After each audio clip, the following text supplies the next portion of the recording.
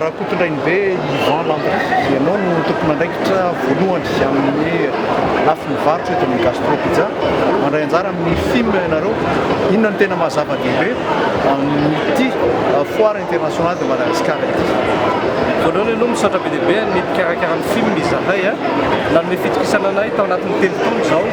ila gastronomie pizza no mikarakara ny sakafo izay omena ny exposants sy ny visiteurs ny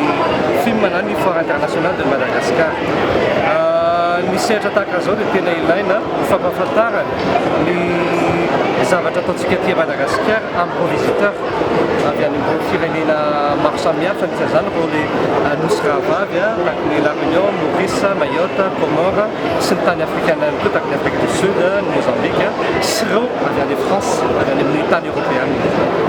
Ny fotoana sahala amin'izao dia fanararoatra ampahafantarana ny tongotra na orinasa inona no tena ataontsika hoe nataonareo ho lara-pahamehana amin'izay tongotra izay. Zavatra anankolo izy voalohany aloha ny ahafantarany olona anay hoe la gastronomie pizza dia mivarotra sy mikarakara sakafo. Mitohy amin'izay ihany amin'ity film 2014 ity tena mivarotra sakafo tanteraka amin'ny pizza amin'izay izay ny voalohany. Faharoa misy an'ity toerana misy antsika ity atao hoe espace franchise manomboka hivarotra anarana amin'izay la gastronomie pizza azony roa any firenena hafa ho ampiasaina afaka mampiasa ny anaranay izy mivarotra ny vokatray mivarotra ny servicenay ohatra any Mayotte, any La Réunion, any Moroni, Grande Comore moa zany any amin'ny tany afrikana ny Afrique subsaharienne tahaka ny Afrique du Sud ao ihany koa ny Mozambique. Inona no tena nahatonga an'izay safidy na tanàna na firenena samihafa izay anaovana an'ilay offre aminareo? Voalohany aloha efa zavatra takin'ny fandraharany zany hoe tsy mijanona eto tanàna na eto toerana efa mba manomboka mandeha amin'ny teny baiko hoe mipercer le marché international. Safidy manokana izay ro nosy rahavavy manodididina ety mba tsy hoe any amin'ny toerana lavitra be aloha ny anombohana azy. Ny antony tsotra mitovitovy ihany ny filanara-tsakafon'ny nanety Madagasikara